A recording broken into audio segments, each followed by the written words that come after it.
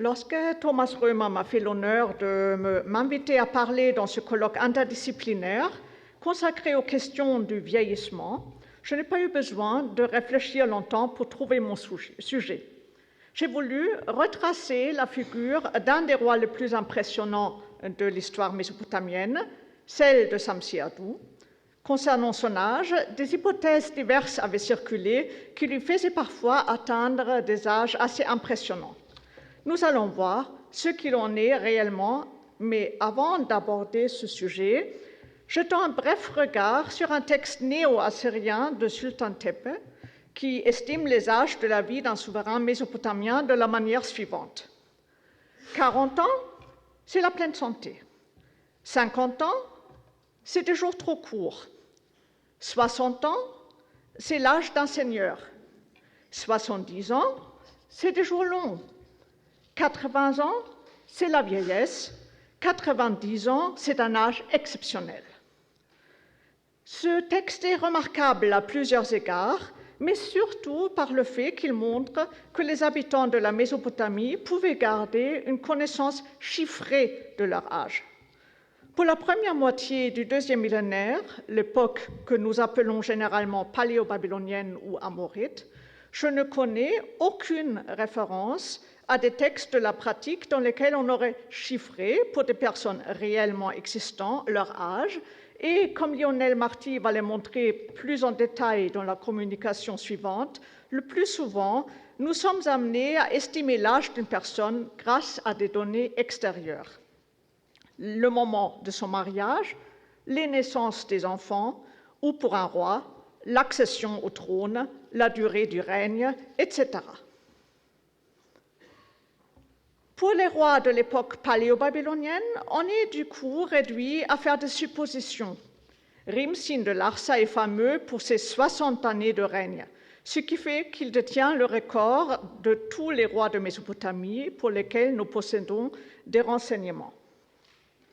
Avec Marc von der Mirop, nous pouvons supposer qu'il était jeune lors de sa montée sur le trône. Ce dernier écrit « Lorsque Rimsin succédait en 1822 à son frère Baratin sur le trône de Larsa, il était sans doute encore assez jeune puisqu'il lui restait encore 60 ans à vivre.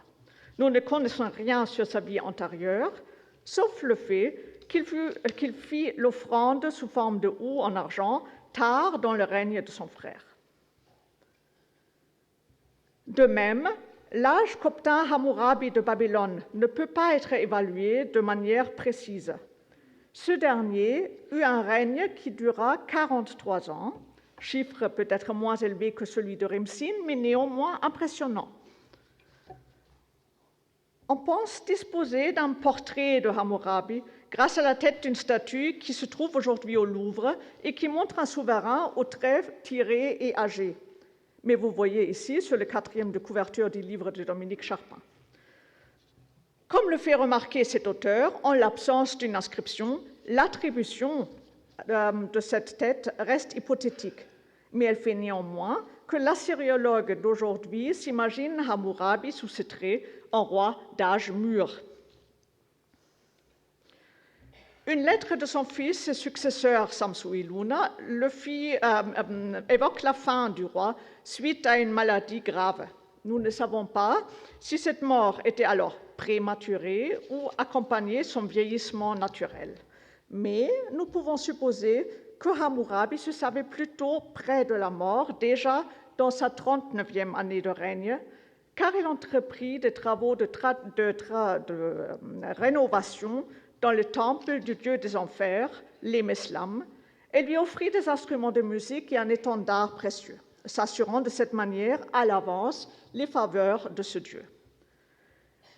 Les instruments étaient destinés à être joués dans le culte du dieu des morts afin d'apaiser son esprit et assurer à Hammurabi une bonne place dans le royaume des morts. Dans des cas analogues d'une dévotion au dieu des enfers qui augmenta manifestement avec l'âge, peuvent être observés chez d'autres rois. Or, malgré un règne long de 43 ans, malgré des lettres faisant allusion à sa maladie, d'un portrait royal à l'attribution certes incertaine, et malgré des préparatifs de culte du dieu des enfers 4 années avant de décider, il est impossible de chiffrer l'âge réel de Hammurabi et de savoir s'il était plus près des 65 ans ou des 80. Tout ce qu'on peut faire est observer que les 4 dernières années de son règne ne commémorent plus des nouveaux achèvements guerriers de ce roi, qui avait réussi à soumettre sous son pouvoir toute la Mésopotamie, mais qu'après une dernière victoire sur le pays de Choupartou, c'est-à-dire les régions lointaines au nord de Babylone, ne sont plus commémorées que des œuvres pieuses ou d'infrastructures, peut-être témoins de forces déclinantes du roi de Babylone. Comme je l'ai dit, rien de concret ne peut être dit de 2 des rois les plus fameux de l'époque paléo-babylonienne et qui avaient joui de règnes longs, Rimsin ou Hammurabi. Par contre, nous avons des moyens de connaître de manière précise l'âge d'un de leurs contemporains, le roi Samsi-Adou, conquérant de la Haute-Mésopotamie et bâtisseur d'un empire éphémère, et c'est à lui que je voudrais maintenant attacher mon attention. Commençons par jeter un coup d'œil sur les données chronologiques dont nous disposons actuellement avant de regarder les grands événements datables de sa vie. Il est possible de calculer avec précision l'âge de Samsi-Adou, puisque des documents de nature variée permettent de connaître le moment de sa naissance et de sa mort, mais pour y parvenir, des recherches et découvertes de 3 décennies ont été nécessaires. Ces recherches débutèrent en 1985, quand Maurice Biraud publia une série de documents extraordinaires que nous avons l'habitude de désigner chroniques éponymales. Vous voyez ici 2 textes les plus complets, mais plusieurs autres extraits étaient également connus. Les chroniques éponymales doivent leur nom au système de datation en vigueur dans la ville d'Achour, un système qui se distinguait de celui des noms d'années que l'on utilisait par exemple dans la Babylonie de Hammurabi, et grâce auquel on commémorait des événements marquants. À Achour, on avait introduit une datation qui avait recours à des éponymes des notables d'Achour tirés au sort et dont le nom allait servir pour nommer toute l'année. Le système utilisé par les habitants d'Achour, au moins à partir du XXe siècle, se répandit durant la première moitié du XVIIIe siècle à travers toute la Haute-Mésopotamie, et resté en usage par la suite jusqu'à la fin de l'Empire assyrien. Or, ce système de datation avait un grand inconvénient. L'année tire son appellation d'un nom tiré au sort. Pour connaître son ordre, les anciens devaient soit retenir la succession des éponymes par cœur, ou les noter par écrit et consulter des listes.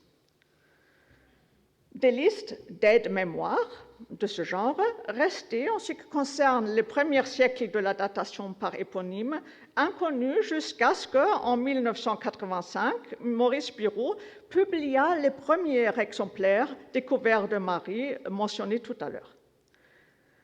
Ces textes notaient les noms des éponymes dans l'ordre et marquaient pour bon nombre d'entre eux un événement, d'où l'appellation chronique. Un problème restait, c'était le caractère fragmentaire de ces listes, vous le voyez aux 2 exemplaires, tels que les publiés Maurice Biraud.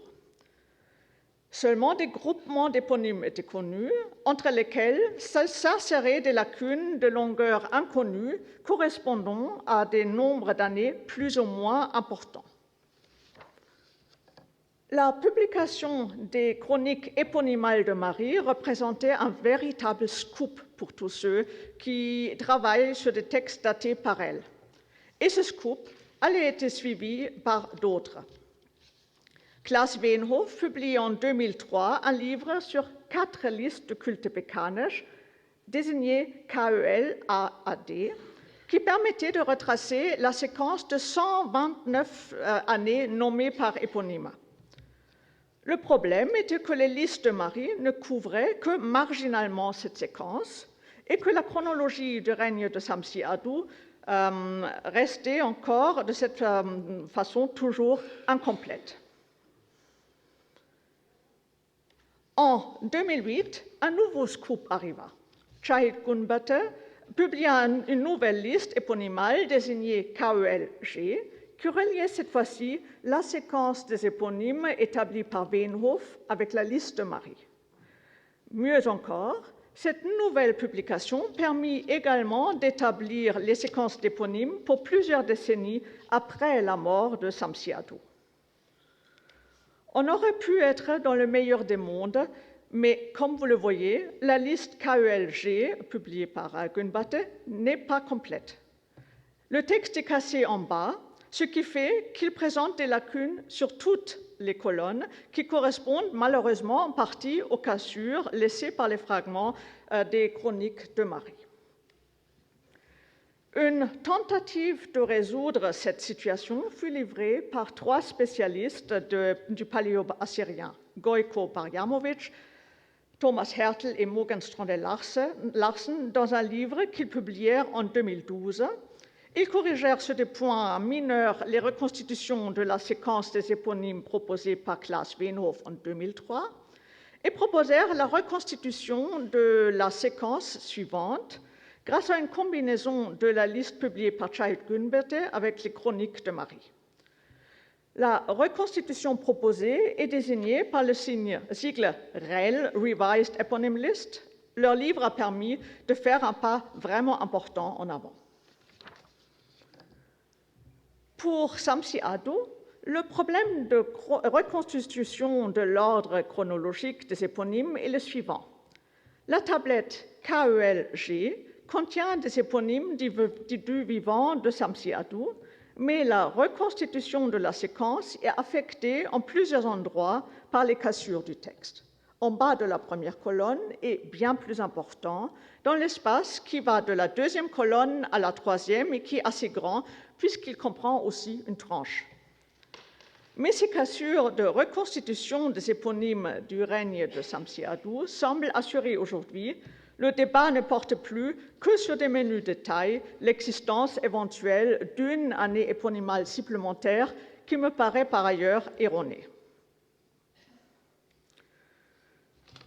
Nous sommes capables de calculer l'âge de Samsi-Adou car sa naissance est mentionnée dans une des chroniques de Marie publiées par Maurice Bureau. Le texte dit, dans le passage que Maurice Bureau avait désigné paragraphe A23, dans l'éponymie de Dadia, Samsi-Adou est né. Ce genre de remarque est exceptionnel dans toute la documentation mésopotamienne. Force est de constater que le rédacteur des chroniques éponymales avait manifestement connaissance de la date de cet événement, qui était donc resté mémoire, et on peut supposer que des nombreuses personnes connaissaient de manière précise l'année, la date de leur naissance. Le texte de la ligne suivante, par contre, est pour bien d'autres raisons peut-être encore plus spectaculaire. Il a permis le lancement de très nombreuses recherches de chronologie absolue qui, à ce jour, ne sont pas encore achevées. C'est Jean-Marie Durand qui avait correctement compris ce passage et avec lui, il faut traduire la suite du texte au paragraphe A24 dans l'éponymie de Puzuri-Shtar, une éclipse de soleil. La liste KELG mentionne les 2 éponymes datant la naissance et l'éclipse, bien évidemment sans faire allusion aux événements.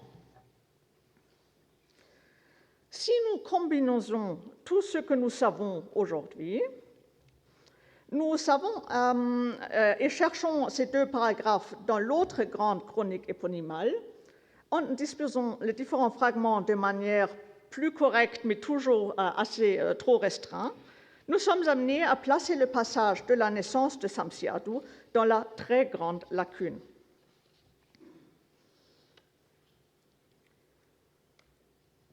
La mort de Samsi-Adou est mentionnée par plusieurs sources différentes, mais sa date,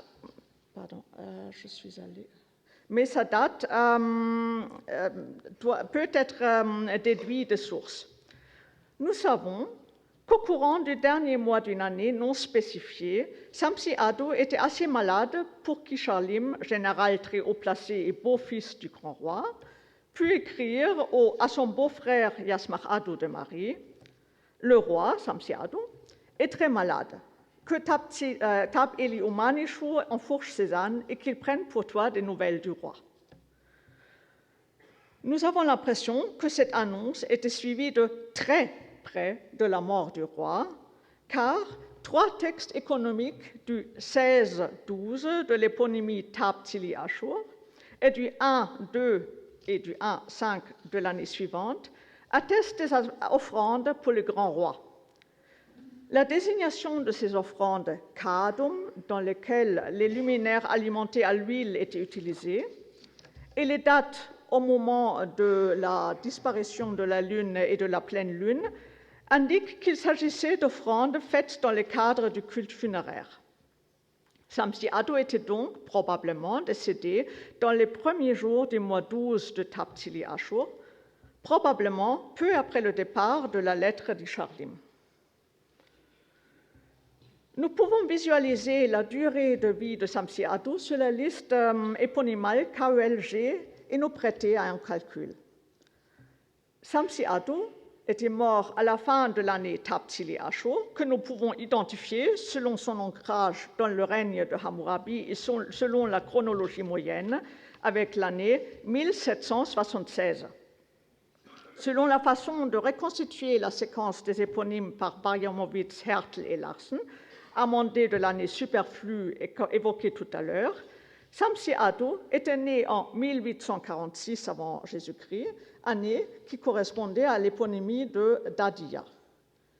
Il n'avait donc que 70 ans lors de sa mort, selon l'auteur du texte STT 400, cité initialement, une longue vie certes, mais loin de la vieillesse et du très grand âge.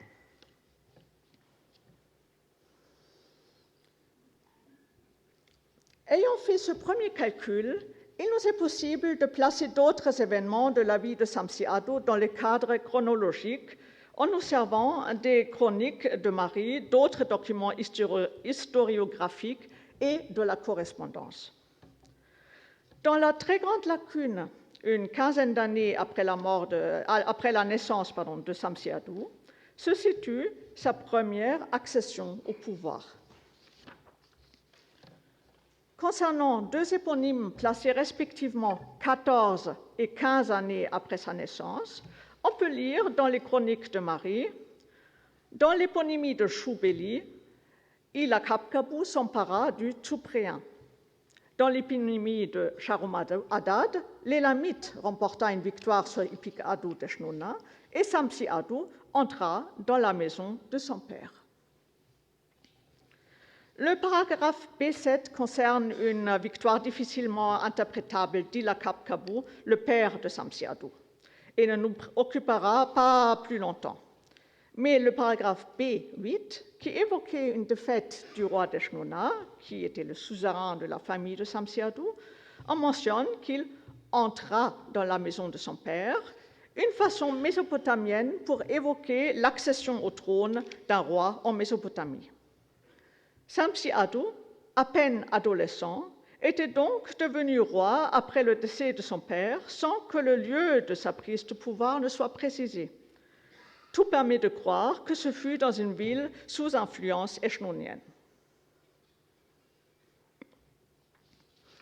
Un événement marquant de la vie de Samsi-Adou est difficile à ancrer de manière indubitable dans les chronologies actuellement connues, mais mérite d'être mentionné néanmoins. Je parle des listes royales assyriennes. Ces listes contiennent un passage plus long que de coutume pour Samsi-Adou. Nous savons par ailleurs de manière certaine que Samsi-Adou ou un de ses successeurs avait fait introduire ses ancêtres parmi les rois de la ville d'Achour. Le paragraphe concernant Samsi-Adou est comme suit. Samsi Ado, fils d'Ila Kapkabu, alla à Karduniash au temps de Naram-Sin.